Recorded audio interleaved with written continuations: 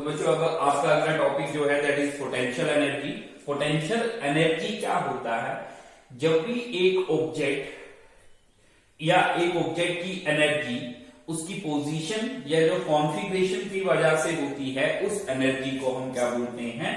Potential energy. जैसे for example आप देखते हो जो बच्चों की गाड़ियां होती हैं छोटी छोटी, या फॉर एग्जांपल एरोप्लेन, उनके छोटे छोटे हेलीकॉप्टर्स होते हैं, उनमें एक चाबी लगी होती है। अगर हम देखें तो वो चाबी कनेक्ट होती है किसके साथ? एक स्प्रिंग के साथ। जब हम चाबी को घुमाते हैं पहले, तो ये जो स्प्रिंग है ये कोलाई होता है, मतलब ये इकट्ठा होना शुरू हो जाता है। अब जैसे ही हम उसको कॉइल कर लेते हैं और उसके बाद उसको छोड़ते हैं, तो वो अनकोलाई स्प्रिंग जो है वो धीरे धीरे ढीला होना शुरू हो जाता है, मतलब अनकोलाई होना शुरू होता है। अब जब स्प्रिंग जो है वो अनकोलाई होना शुरू होता है, तो वो क्या करता है? साथ ही साथ में गाड़ी के टायर घुमाता है, या जो आपके पास बच्चों का हेलीकॉप्टर है उस हेलीकॉप्टर के फैन्स जो है उनको क्या करता है? घुमाता है। तो इसका मतलब वो स्प्रिंग वहां पे क्या कर रहा है? काम कर रहा है, जिसकी वजह से वो टॉय जो कार टॉय है वो क्या कर रही है? चल रही है। या जो हेलीकॉप्टर है टॉय वो क्या कर रहा है? घूम रहा है। तो उस तरह की एनर्जी को हम क्या बोलते हैं? उस तरह की एनर्जी को हम बोलते हैं पोटेंशियल एनर्जी। अब अगली जो टर्म है, पहले हम नेक्स्ट टर्म पर नहीं चलेंगे, पहले हम इसकी मैथमेटिकल फॉर्मुलेशन कर लेंगे।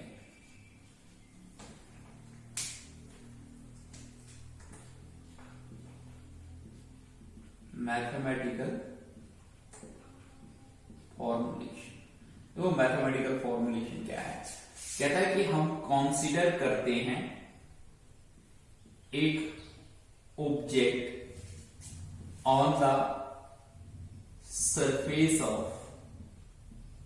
अर्थ, अर्थ के सरफेस के ऊपर, having mass m at point A.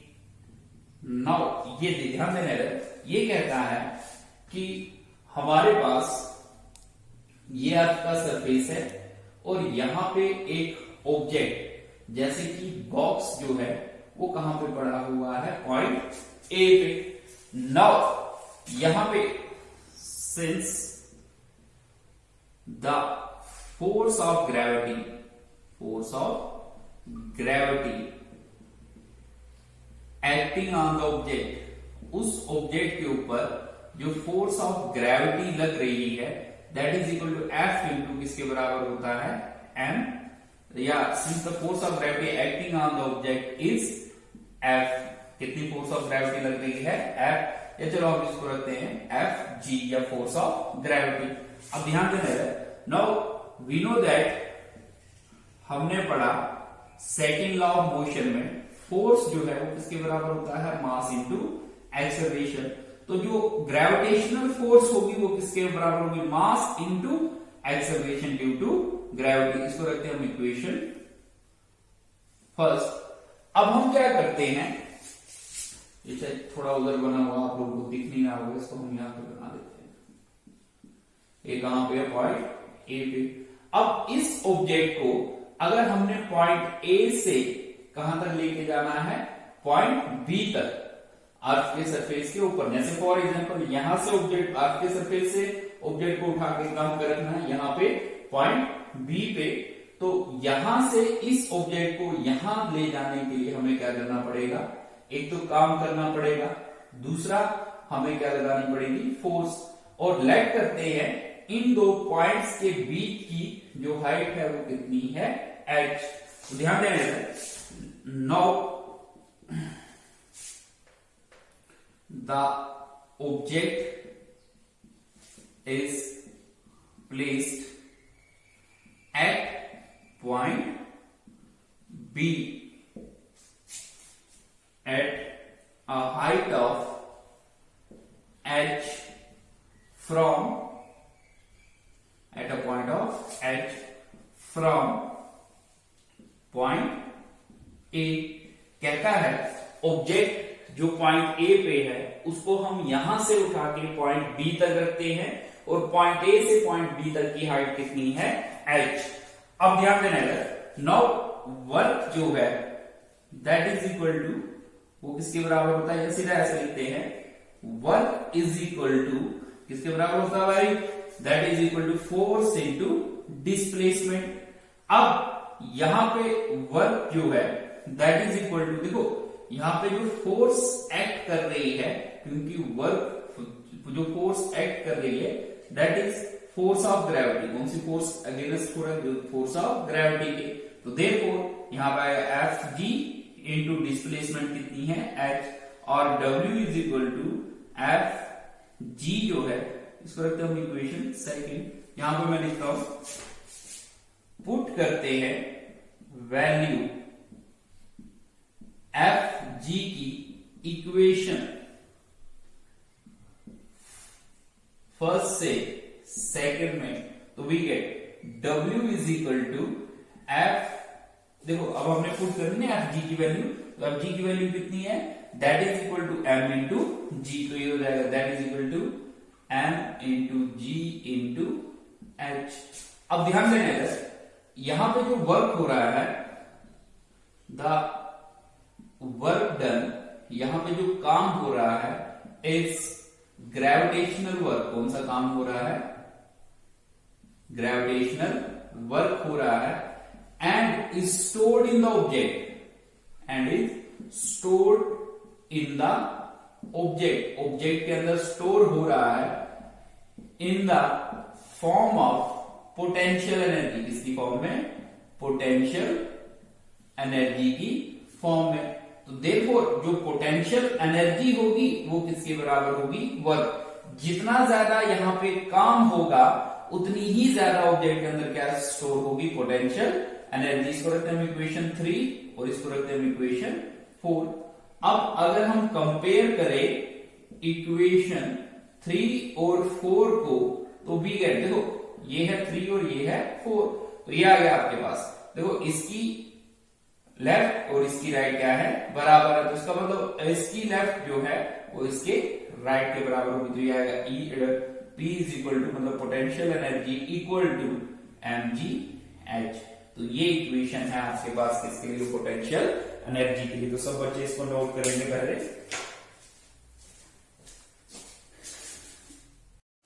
Okay बच्चों, आपका अगला टॉपिक जो है दैट इज पावर। अगला टॉपिक क्या है आपका, पावर। देखो सबसे पहले हम देखेंगे पावर होता क्या है।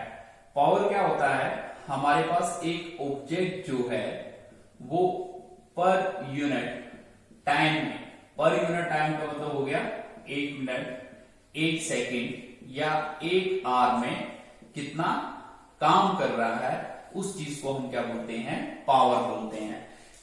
एक ऑब्जेक्ट जो है वो पर यूनिट टाइम मतलब 1 मिनट 1 सेकेंड या 1 आवर में कितना काम कर रहा है, उसको हम क्या बोलते हैं, उसकी पावर। जैसे फॉर एग्जांपल, एक एग्जांपल देखो, राम जो है वो पिछले 10 आवर्स से कंटिन्यू क्या कर रहा है, कंटिन्यू काम कर रहा है, और जो उसने टोटल काम किया, जो टोटल काम किया वो मान लो कितना है, 200 जूल है। तो इसका मतलब क्या हुआ, राम ने 10 आवर्स में कितना काम किया, 10 आवर्स में कितना काम किया, 2000 जूल। तो पर यूनिट आवर का या पर यूनिट टाइम का मतलब हो गया 1। 1 आवर में कितना काम करेगा, दैट इज 2000 जूल अपॉन कितना टाइम है, 10। तो ये आएगा 200 जूल पर आवर जो है वो क्या होगी, राम की पावर होगी। एक बार मैं फिर से ध्यान दो इधर, ये पावर क्या हुआ, एक ऑब्जेक्ट जो है वो पर यूनिट टाइम मतलब 1 मिनट 1 सेकंड या 1 आवर में कितना काम कर रहा है, उस चीज को हम क्या बोलेंगे, पावर। जैसे राम जो है वो 10 घंटे कंटिन्यू काम करता है और कितना टोटल काम करता है, 20 जूल। मतलब 10 घंटे में उसने कितना काम किया, 20 जूल। तो 1 घंटे में उसने कितना काम किया, that is equal to total work upon 10। तो कितना उसने 1 घंटे में काम किया, 200 जूल पर आवर। तो ये क्या है, राम की पावर है। अब ध्यान देगा सब लोग, मैथमेटिकली मैथमेटिकली हमारे पास पावर जो है that is equal to work upon time, जिसे रिप्रेजेंट करते हैं वर्क अपॉन टाइम से, और P is equal to W upon क्या आएगा T। अब ध्यान देना है, जो दूसरे फॉर्मूलेस हैं, जो दूसरे फॉर्मूले हैं पावर के, वो क्या है? देखो वी नो दैट, पहला फॉर्मूला ये यहीं से, we know that P is equal to W upon T। अब ध्यान देना है, नाउ वी नो दैट जो वर्क है दैट इज इक्वल टू, वो किसके बराबर होता है? Force into displacement. Therefore power जो होगी वर्क की जगह क्या आएगा? Force into displacement upon time. ठीक है सर।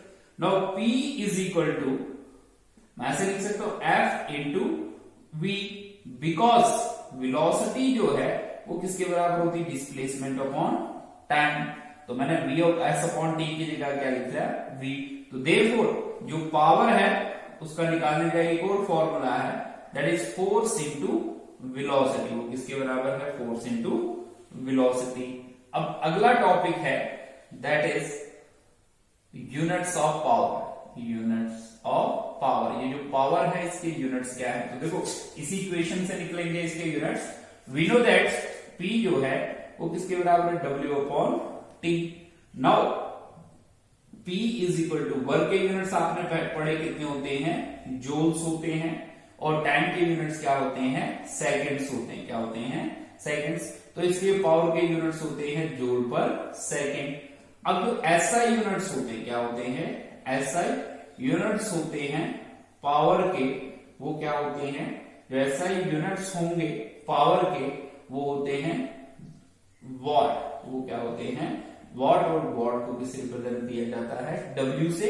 और एक वॉट पावर जो है दैट इज इक्वल टू, वो किसके बराबर होती है? 1 जूल पर सेकेंड। एक वॉट पावर जो है वो किसके बराबर होती है? 1 जूल पर सेकेंड के बराबर।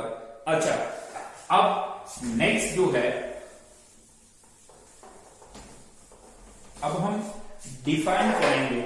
नेक्स्ट जो है that is define 1 what power. एक वॉट पावर होती क्या है? देखो एक वॉट पावर होती क्या है?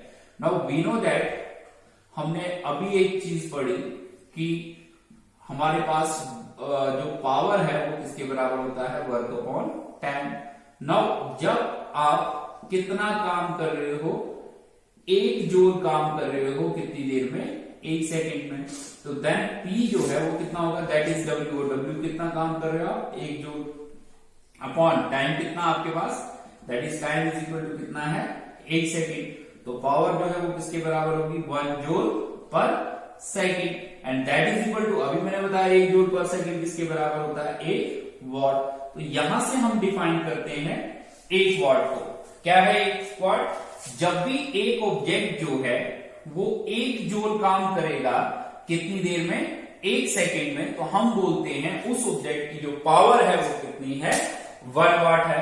इसके अलावा जो हमारे पास पावर है, इसके जो यूनिट्स है वो हमारे पास किलोवाट है, मेगावाट है, ठीक है, और भी बहुत सारे यूनिट्स हैं।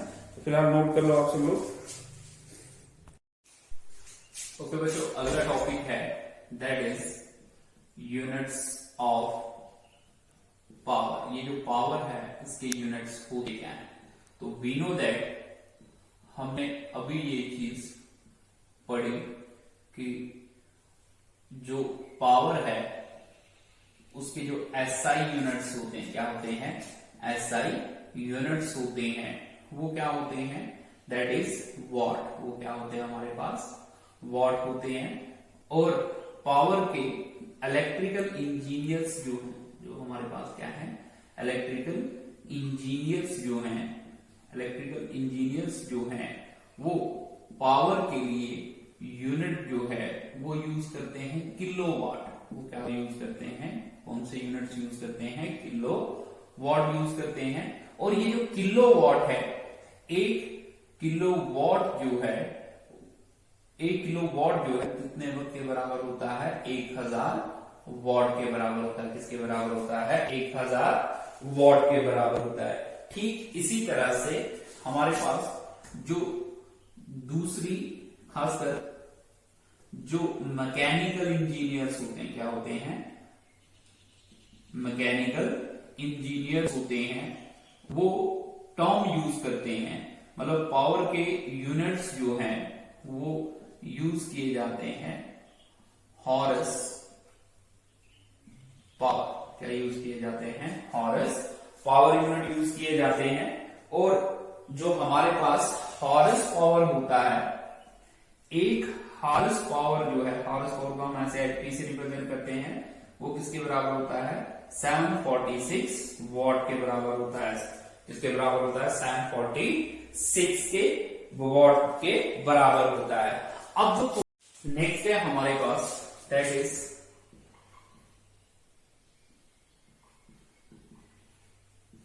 Commercial unit of energy.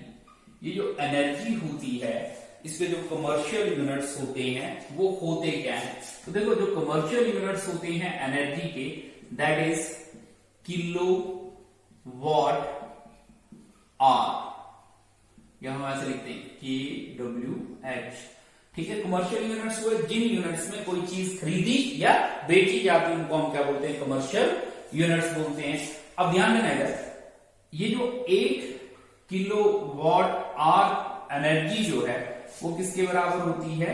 That is equal to 1 kilowatt into, वो किसके बराबर होती है? 1 आर। नाउ अब ये हम ऐसे लिख सकते हैं, 1 kilowatt hour is equal to, 1 kilowatt जो है वो किसके बराबर होता है? That is equal to 1000 watt into, एक आर में होते हैं 60 मिनट्स इंटू 60 सेकेंड्स, तो टोटल कितने मतलब कितने सेकेंड्स होते हैं? 3600 सेकेंड्स होते हैं।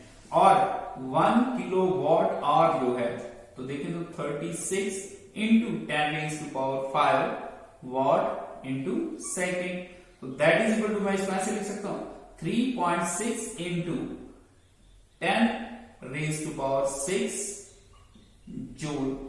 ठीक है, मैंने क्या किया, यहां पे पॉइंट लगाया और यहां पे एक जीरो बढ़ा दिया। यहां पे एक पॉइंट लगाया, पहले था 36 था, अब मैंने यहां पे एक पॉइंट लगाया और यहां पे एक जीरो बढ़ा दिया, तो that is equal to 3.6 into 10⁻⁶ joule, या that is equal to 3.6 mega joule.